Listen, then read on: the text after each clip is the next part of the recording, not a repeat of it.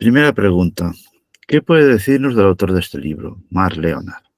Mark Leonard es un analista político británico, director de el European Council of Foreign Relations, un acreditado think tank sobre temas europeos.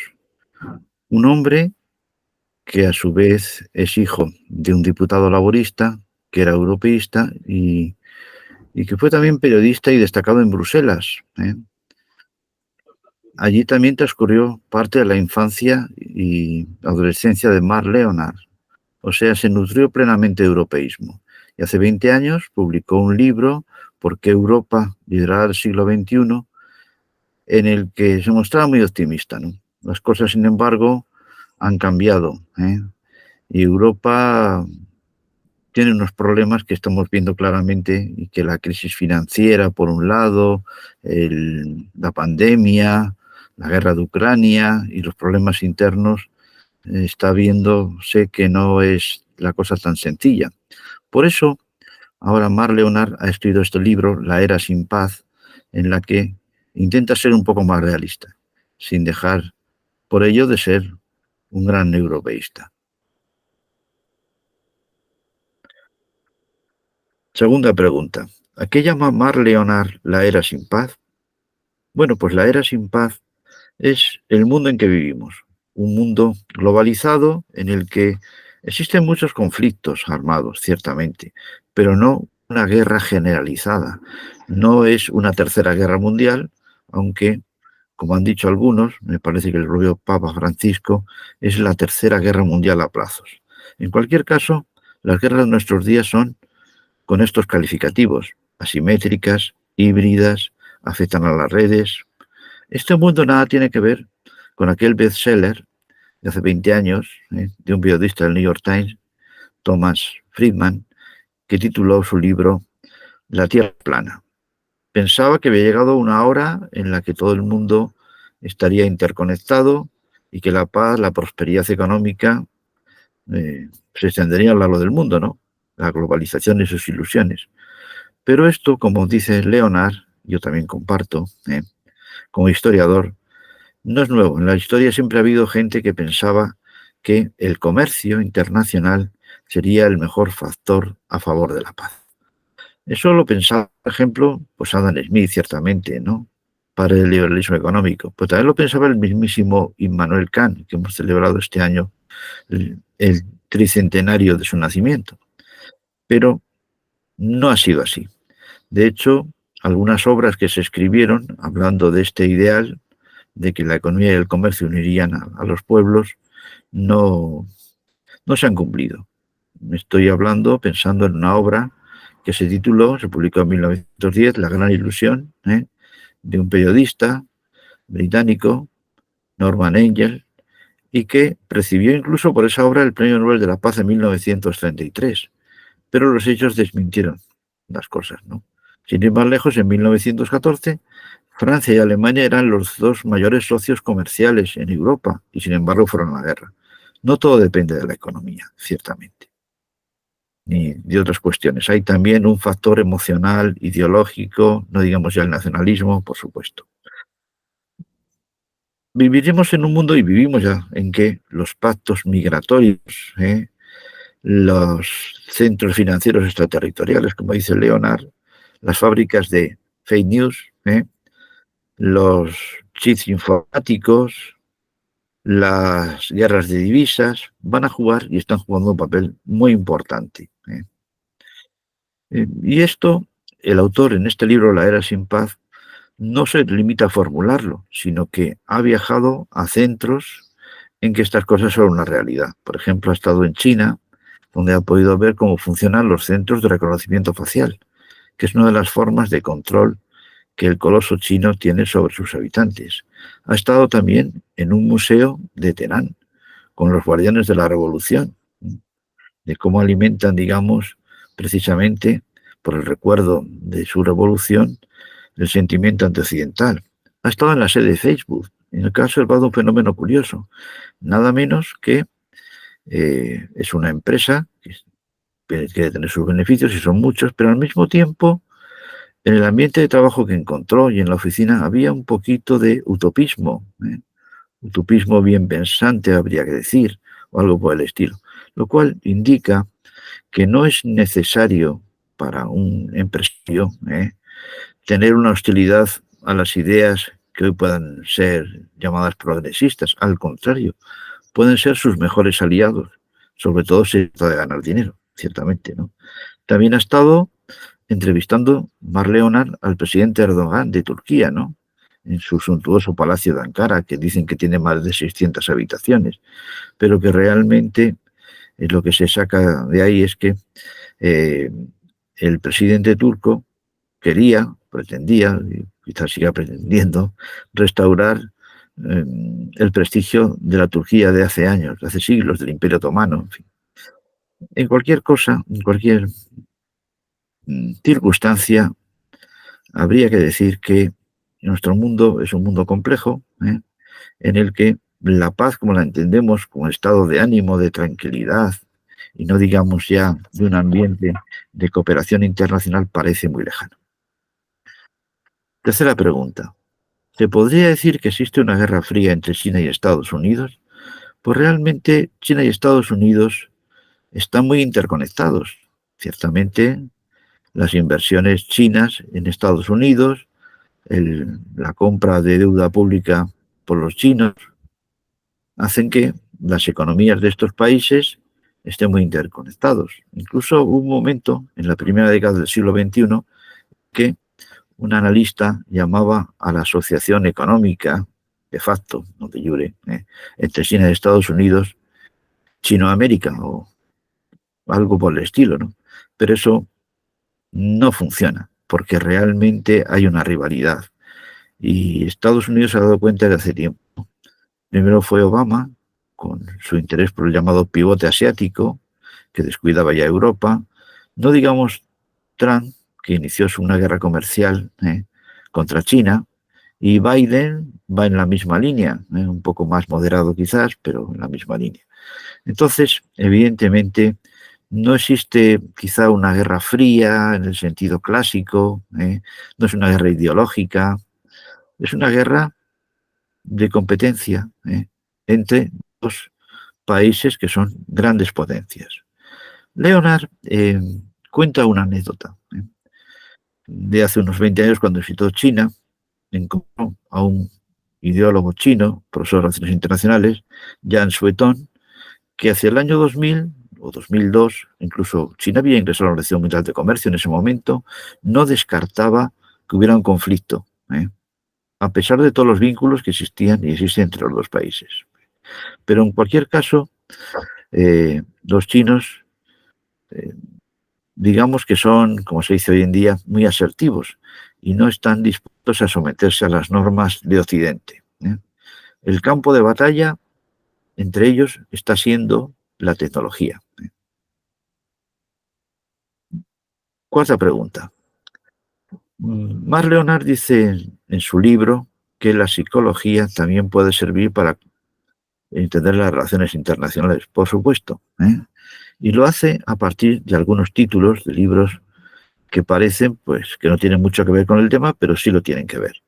Por ejemplo, en 1989 apareció un libro de una psicóloga americana, Pia Melody, que se llama Afrontar la codependencia, que dice que en las relaciones humanas puede haber lazos que son molestos, son tóxicos, como se dice hoy en día, pero que son ineludibles. Hay que vivir con ellos. Entonces no se puede superar determinadas situaciones y hay que convivirlas y no se puede hacer otra cosa que gestionar la situación. Y por eso dice Leonard que quizás hagan falta más terapeutas que arquitectos, constructores, diseñadores de la seguridad internacional, porque China va a estar ahí. Y pensar que porque cambiara de régimen político las cosas iban a ser diferentes, pues no, no parece que vaya a ser así, ¿no? Entonces, va a ser difícil, si alguien lo piensa así, que se pueda obtener una victoria sobre China, similar, que se tumba el régimen, como sucedió en la época de la Unión Soviética. Pues no sería así realmente. Aunque hubiera otro tipo de régimen, hay este país inmenso, ¿no? Una civilización y unos métodos de actuación que nada tienen que ver con Occidente y que no pretenden copiarlo simplemente. Y la realidad, evidentemente, es superior a todas las ideologías.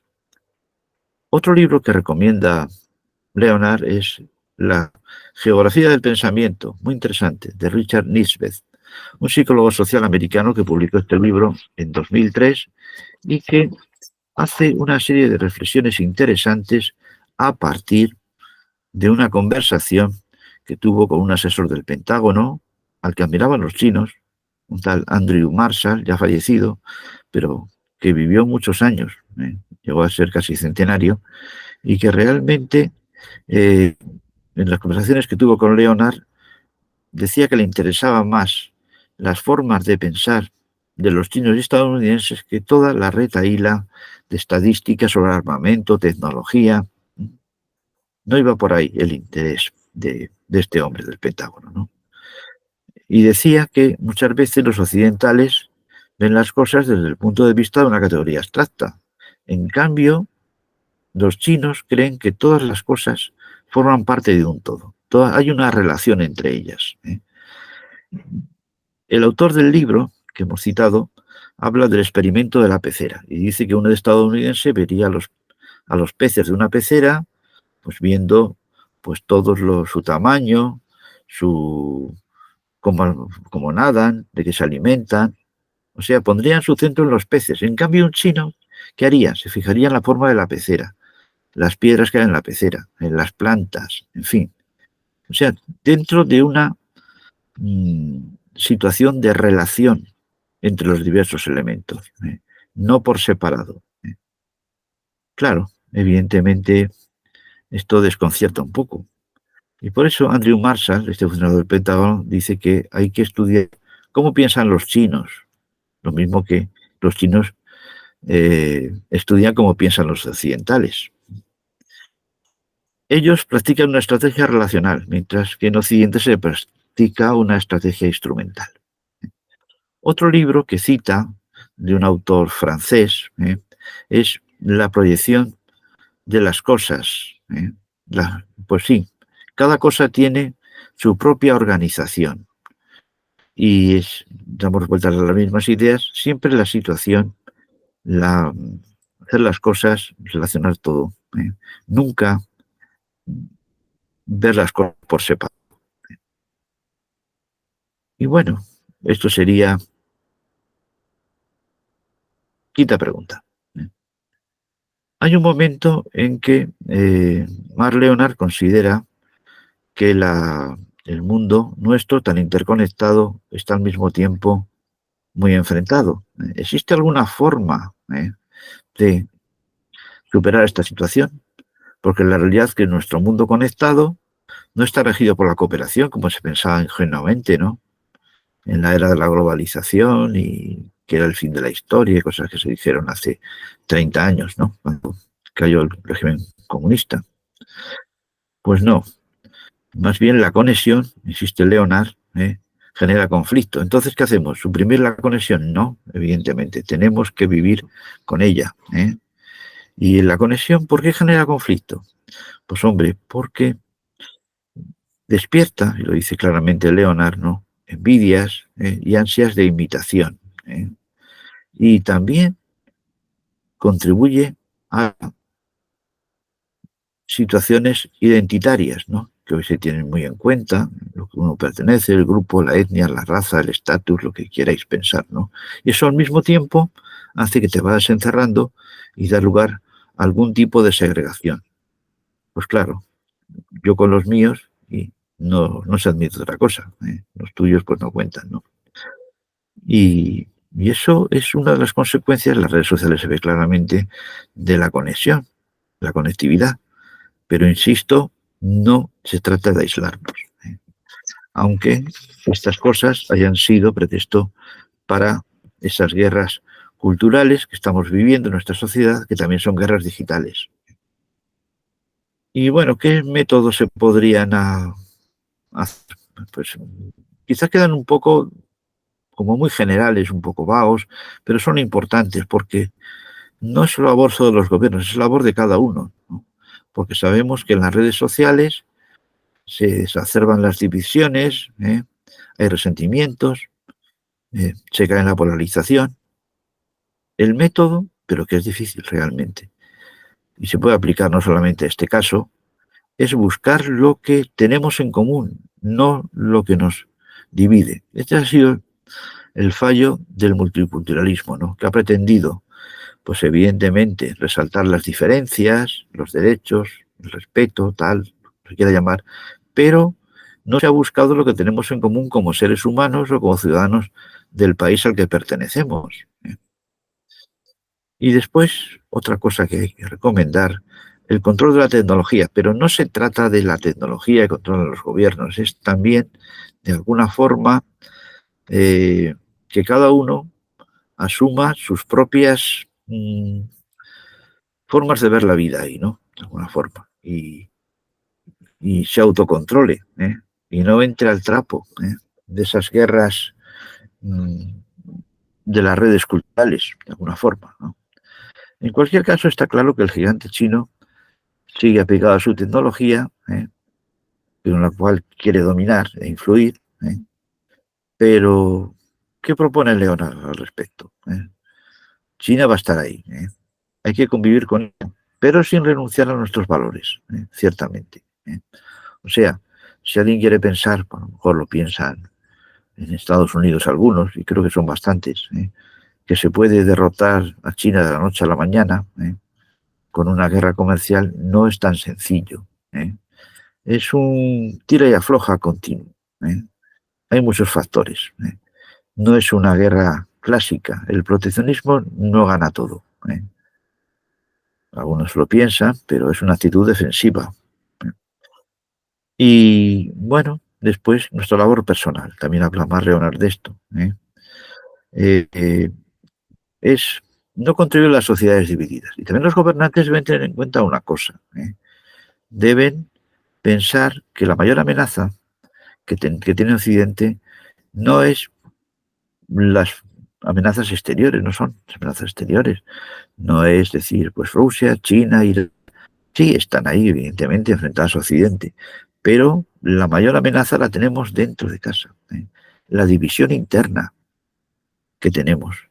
Y por tanto, desde el poder y desde la cooperación entre las fuerzas políticas, habría que centrarse en las políticas nacionales de educación, sanidad, asistencia social, industria, cosas que han fallado un poco en Occidente en las últimas décadas con el fantasma de la globalización, quizás, porque realmente hemos pensado algunos, o han pensado algunos, que el mundo sería mucho mejor, ¿no? Se acababan las guerras, acababa la historia, y evidentemente no ha sido así.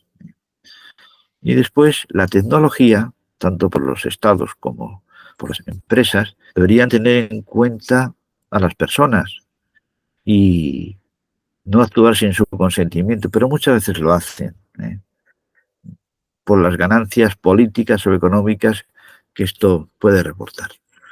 En alguna forma, Mar Leonard comprende que en este mundo sin paz, en este mundo interconectado, estamos viviendo casi como el mito de Sísifo, ¿no? ¿Recordáis aquello de este personaje mitológico condenado perpetuamente a transportar una gran piedra, y cuando lograba llevarla a la cima de una montaña se volvía a desprender para abajo? Y entonces tenía que tomarla de nuevo y volver a empezar, ¿no? Puede ser desesperante, pero es una labor personal, la que hay que hacer de vivir con la tecnología, vivir con la conectividad, pero evidentemente no dejarse abrumar por ella. Pero es una labor personal no solo de los gobiernos, de los estados, de la normativa, no, no solamente, es también nuestra, ¿no? Si nosotros vivimos en un imperio de emociones y reacciones, realmente la sociedad no mejorará con eso. Seremos individuos aislados, ¿no? Que están centrados en sus guerras, ¿no?, de las redes sociales. Esta pregunta. En un capítulo final, Marc Leonard habla de los imperios de conexión. ¿Eh? ¿Y cuáles son estos imperios? Pues dice que son Estados Unidos, China y Europa. ¿Eh? En el caso de Estados Unidos, este imperio de conexión, pues evidentemente es poderoso, ¿no? Tiene capacidad económica, un Producto Interno Bruto muy importante, recursos, tecnología, y, y se mueve un poco en el plano de la instrumentalidad, controlando, vigilando. Sin embargo, el caso de China es el caso de la centralidad, pero un control relacional. Tiene en cuenta las relaciones existentes entre las cosas. Y, y de tal manera planifica y centraliza que puede llegar a situaciones como las que describía una película hace muchos años de Steven Spielberg, Minority Report, que era poco menos que una sociedad en la que eh, actuaban de forma preventiva contra el crimen, antes de que sucediera, lo cual indica una gran labor de vigilancia. Pregunta final.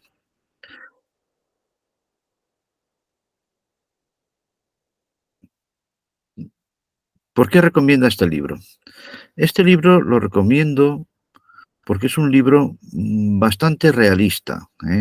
No es el típico libro de geopolítica que se ocupa de los territorios y de las grandes potencias, que eso está bien, pero que en la sociedad, en el mundo del siglo XXI, es un tanto incompleto. Hay que tener en cuenta otros factores, como hemos visto en esta intervención.